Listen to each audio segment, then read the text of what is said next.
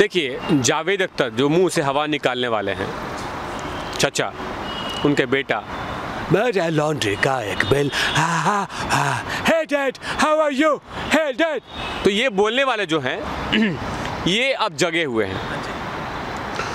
और जो जावेद अख्तर के जो आंखों में चश्मे लगे हुए हैं ना, वही चीज़ डिसाइड करती है जो उन्होंने चिपका रखा आंखों पे, माने वो चश्मे पे चिपका रखा है कि सीए हाँ दिखेगा, नरेंद्र मोदी पे लांछन हाँ दिखेगा, नरेंद्र मोदी पे कोई गाली दिया हाँ मैं भी दूंगा, देश को तोड़ने वाली बातें मैं दूंगा। खुद अपने मुंह से जहर निकालने वाला व्यक्ति बोल रहा है कंगना जहर फैला रही है।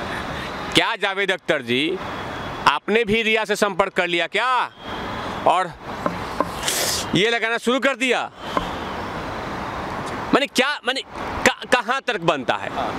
आप ठीक है, आप चलिए किसान के मुद्दों पे, ये देखिए ये लड़ाई कहाँ से स्टार्ट हुई थी, किसान मुद्दों पे स्टार्ट हुआ था। कंगना बहन ने दलजीत भाई पे लांछन लगाया, दलजीत भाई ने कंगना पे लांछन लगाया, लेकिन इसमें मैं भी आऊंगा और मैं भी बोलूंगा, मुंह से हवा निकाल के इसमें कूद गए कि हाँ जहर फैला रही है, आग लगा रही है। और आप क्या कर रहे हैं, आपका बेटुआ क्या कर रहा है? सीए के खिलाफत बोलने के लिए इनका बेटा मुंह में हवा निकाल के, मुंह में कसेली डाल के बैठा हुआ था और उतर गया था, वो सही कर रहा था। जबकि सीए कहता है कानून की, सीए कभी भी देश में किसी मुसलमान और हिंदू नहीं करने वाला कानून है, लेकिन उसके बाद भी इनका बेटा आके रोड पे मुंबई में रैली किया। आपके कुछ ऐसे बयान हैं जो देश को तोड़ने वाली होती है, लेकिन आप अपने बयानों को नहीं लेंगे। कंगना का कौन सा बयान देश को तोड़ रहा है? कंगना ने तो सिर्फ यही कहा था ना कि जो किसान रैली हो रहा है उसमें ऐसे कुछ लोग शामिल हो रहे हैं जो किसान के मुद्दे को हाईजैक कर रहे हैं।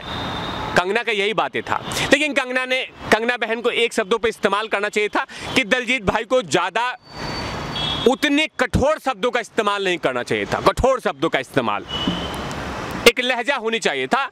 और बाकायदा कंगना बहन को बॉम्बे हाई कोर्ट ने कह भी दिया है कि आप अपने शब्दों पे थोड़ा सा कंट्रोल कर लीजिए, आप बोलिए, अभिव्यक्ति की आज़ादी है, लॉ कहता है कि आप बोलिए, बोलने की आज़ादी है, लेकिन लहजा तो रख लीजिए।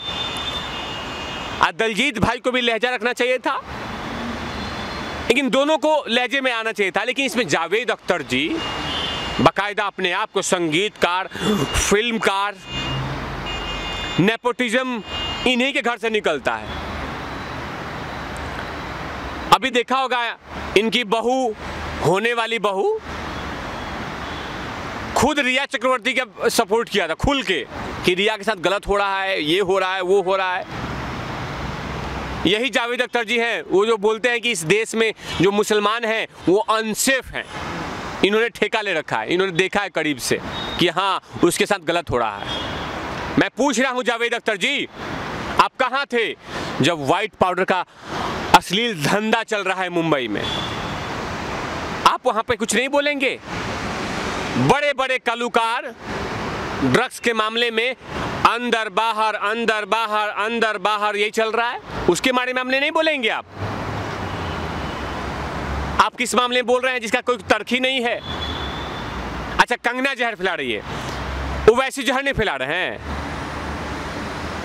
चलिए ठीक है, कंगना तो ट्वीट करती हैं और उसके ट्वीट में तो कहीं हिंदू मुसलमान नहीं होता, जो सच है वही बोलती है, कश्मीर पंडितों का दुख है वही बोलती है, जो गलत है वो गलत बोलती है।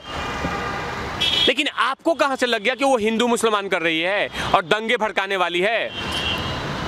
दंगे भड़काने वाली तो कल का स्टेटमेंट रहा, युवराज के पिता ने किसान रैली में हिंदुओं को गाली दिया, हिंदुओं को गद्दार बोला, हिंदू की बेटी बिकती है इनको पता है, इन तमाम चीजें बोला गया।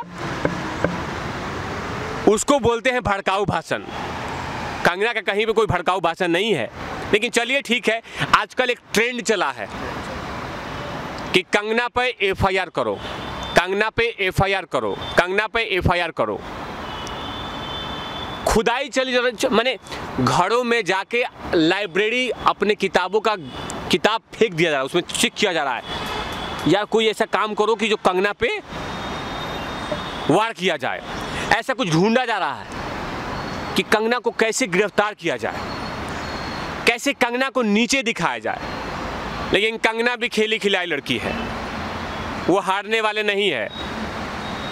वो बोलती है कि अगर आप मुझे एक गाल पे थप्पड़ दोगे तो मैं 10 गालों पे नहीं, पूरा शरीर पे थप्पड़ मारूंगी। जावेद अख्तर को ये समझना चाहिए कि बाकी मुद्दों पे आप नहीं बोलते हैं, लेकिन इस मुद्दे पे ये बोल रहे हैं कि आपका मकसद है कि एक तो देश के जो किसान हैं वो मोदी जी से नाखुश लग रहे हैं, तो क्यों नहीं इस बहती गंगा में मैं नहा भी लूं। ऐसी बहाने नरेंद्र मोदी पे आप लांछन भी लगा देंगे और मेरा दुकान भी चल जाएगा, जिस दुकान के लिए मैं बना हूं। तो ये तमाम चीज़ें जावेद अख्तर जी को समझना चाहिए, लेकिन जावेद अख्तर समझेंगे नहीं।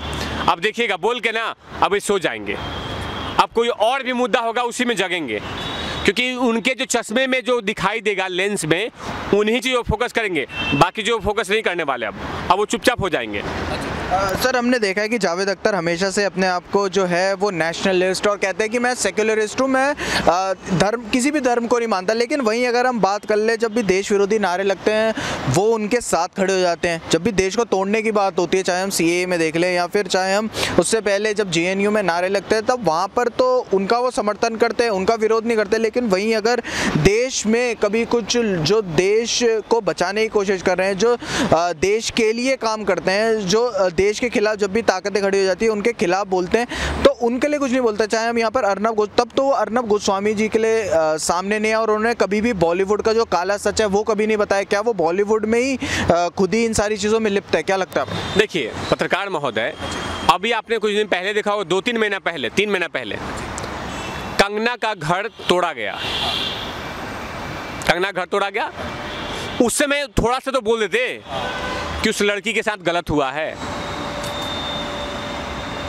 अर्नब गोस्वामी को जबरदस्ती गिरफ्तार किया गया, उसमें तो बोल देते कि हाँ उसके साथ गलत हुआ है। एक ट्विटर पे एक कार्टून को शेयर किया था एक डिफेंस अधिकारी ने, पूर्व अधिकारी ने, उसकी आंख फोड़ दी गई, वो गलत हुआ, उसमें बोल देते। सुशांत भाई चले गए, सुशांत भाई को जबरदस्ती खत्म कर दिया गया, उसमें बोल देते। लेकिन आपने नहीं बोला, क्योंकि आपके चश्मे के लेंस में उन तमाम चीजें नहीं आ रही थी, क्योंकि आपके गले में नहीं उतर सकता था वो बातें, इसलिए आप उस मुद्दे को टच ही नहीं किया, मुंह ही मोड़ लिया और सो गए। लेकिन आपको लगा कि ओहो इस चश्मे में तो फ्रेम में आ रही है सेट कंगना, तो शुरू करो इसको, लांछन लगाओ इसको और बोलो इसको जो बोलना है। लेकिन कंगना भी जानती है कि जो मेरे दर्शक है वो हिंदू और मुसलमान दोनों है, लेकिन जो सच है वही बोलती है वो। लेकिन आपको तो कंगना नहीं है मकसद, कंगना कैसे चमक रही है उसको रोकने की, क्योंकि कहीं ना कहीं कंगना अब चैलेंज बन चुकी है बहुत सारे नेपोटिज्म के साम्राज्य के चलाने वाले ठेकेदारों के आंखों में चुभ रही है, और वो सबको लगातार धो रही है, सबको अकेले बैटिंग कर रही है। मैं तो सोचता हूं कि कंगना एक डॉक्टर की तरह है, हर रोगी को अपने तरीके से इलाज करती है। हर रोगी को, कौन रोगी को कौन सा दवाई देना है, कौन सा रोगी को कौन सा इलाज करना है, कौन सा दवाई देना है, कौन सा इंजेक्शन लगाना है, सारे डॉक्टर कंगना रनौत को पता है। अब तो मैं ये शुरू करने वाला हूं, आज से शुरू भी कर दिया, डॉक्टर कंगना रनौत। बिल्कुल सब उनको पता है, डॉक्टर कंगना रनौत को, कि कौन सा इंजेक्शन किस टाइम पे देना है, कौन सी गोली सुबह देना है, कौन सा डोज किस कलुकार को देना है। अभी देखा होगा आपने, दलजीत भाई को डोज दिया था, लेकिन दलजीत भाई भी चुप गए, अरे भाई इतना हार्ड दवाई दे दिया मुझे। कंगना बहन ने बोला अरे बाप रे बाप, गलती से दवाई दे दिया डोज। तो ये डॉक्टर हो गई हैं।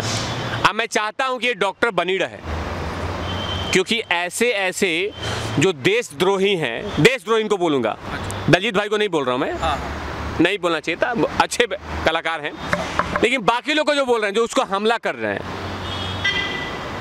कि उनका इलाज कंगना, डॉक्टर कंगना रनौत बहुत अच्छे तरीके से कर रही है।